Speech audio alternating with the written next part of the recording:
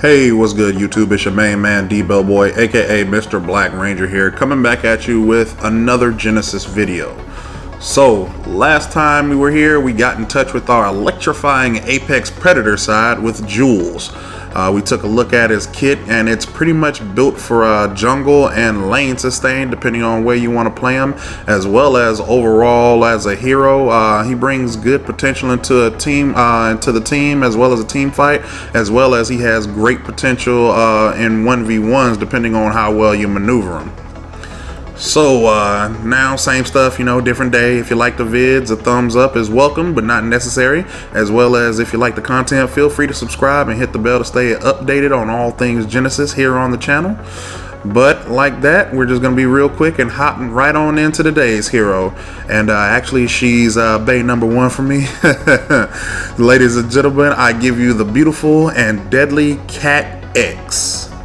Alright, so here we have Cat X. She is a carry, or as the game states, an archer.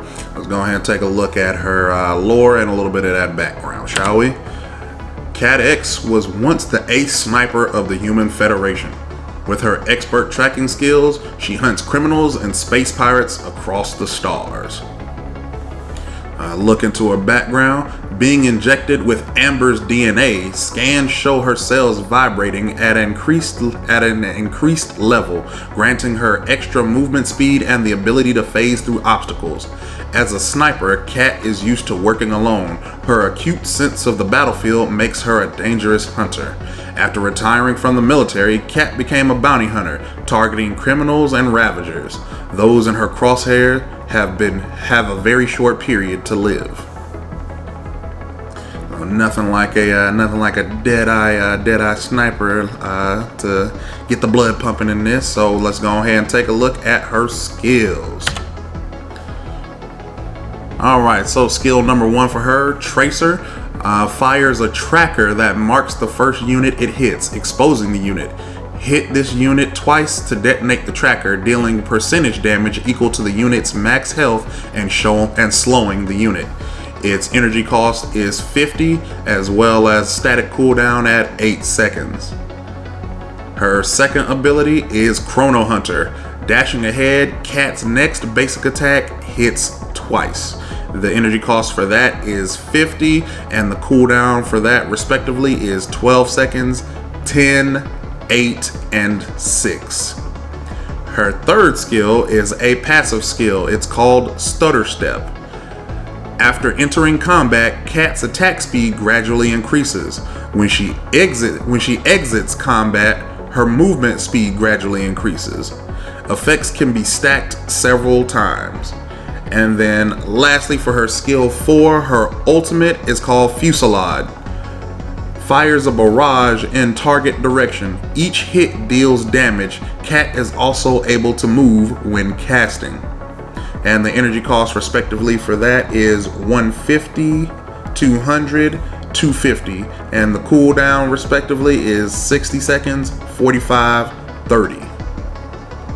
So honestly, another archer who's carry whose kit is quite literally just just push and go. Now granted, she does have with her Chrono Hunter, it does give her a little bit of movement, quick movement there. So being positional with her is also kind of a key thing with that. Tracer honestly is actually a good round, especially like if you're if you get left in lane alone, you don't really know where the enemy is. Hit somebody with Tracer, it exposes them wherever they're going. So if they want to run back off in the jungle, got a little bit of sight there, as well as if you actually explode it, it deals percentage damage, and then it slows them as well. Her ultimate reminds me of Twin Blast. The reworked Twin Blast on Monolith from Paragon. When you got the miniguns, you just pop it, you pull out all your ammo, just let it all go at one time, and you're able to move while you're doing it. So again, really nice, simple kit for her, especially like when and then also like taking a look at her passive too. When you're in combat, she fires faster. When you get out of combat, she runs faster. So typical, typical kind of look for a carry.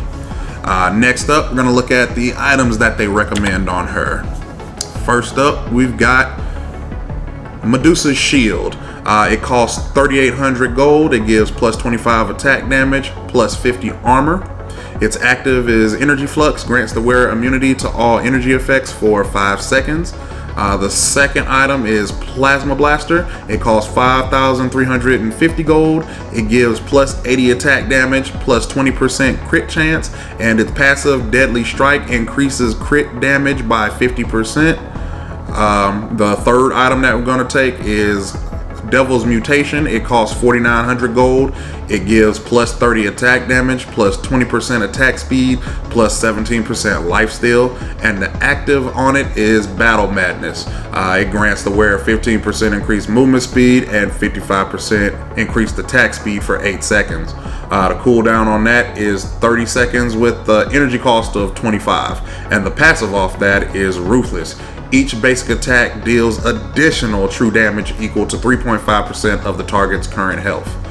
For her movement item, you want to take Magenta Treads. It costs 2,350 gold. It gives plus 80 movement speed, plus 20 attack damage, and plus 30% attack speed.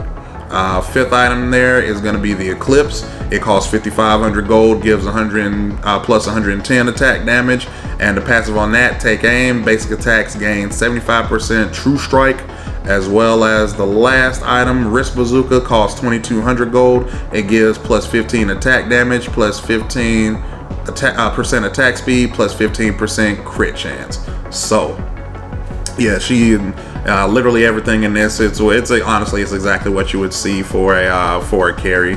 Obviously, the Medusa Shield. You don't want to be affected by energy effects at all, because you are squishy as a carry. But yeah, the plasma blaster boost, it gives you 150% damage boost.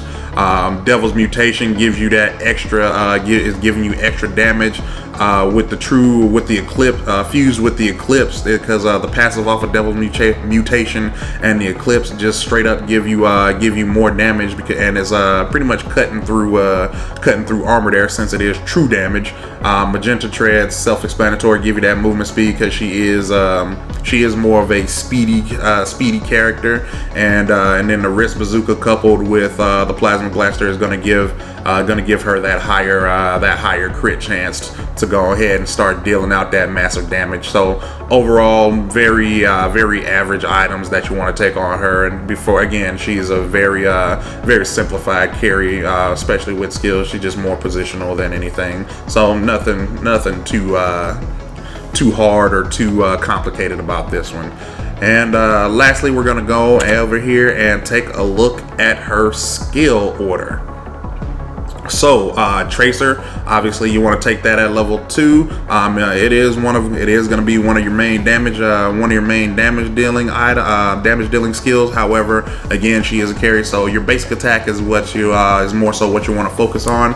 So again, you're taking that at level 2, and then late game you're going to want to go ahead and ramp that up, because that is going to end up assisting you with damage. So level 8, 10, and 13, as you see, you're going to end up taking those. The Chrono Hunter, which is the dash, you're gonna go ahead and take that at level 4, because honestly, probably by level 4, everybody's gonna have like some type of movement item at that point. So you're gonna want a little extra get up and go there to kind of get you either into or out of a situation, or to chase down an enemy.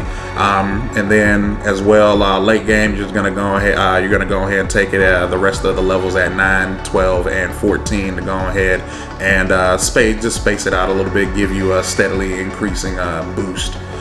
Stutter Step, the passive, you're gonna take that off the rip right at level 1, because honestly, it's just too good. Your attack speed as you get into combat steadily increases. It's gonna allow you to farm. Honestly, it's probably gonna allow you to farm in lane a lot faster, since you do fire faster for every second that you're actually in combat.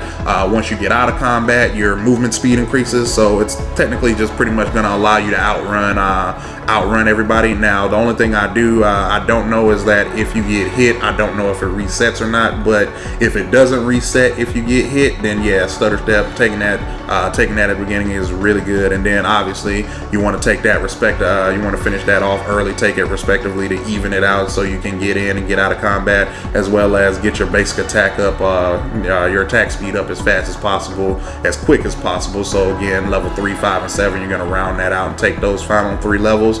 And then lastly, the ultimate, as always, they're going to be rounded out respectively at level 6, level 11, and level 16.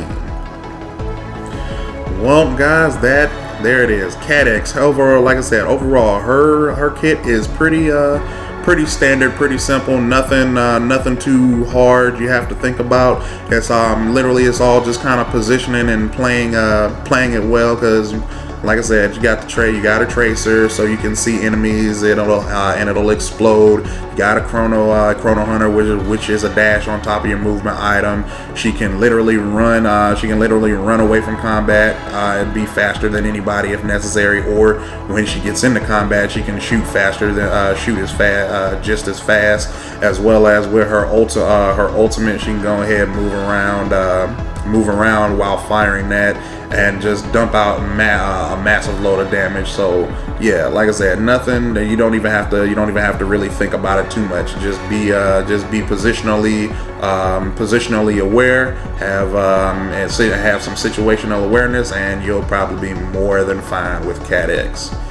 So that is going to wrap it up for this video. So if you guys like the video, like always, like I said at the beginning, you can like it if you want. You don't need to.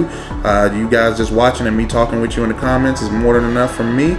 And if you want to subscribe to the channel, I'll say thank you right now. Go ahead and subscribe and hit the bell so you can get notified whenever I do upload videos or just new Genesis stuff in general. And yeah, guys, we gone. And remember, we're always good like grandma's cookies.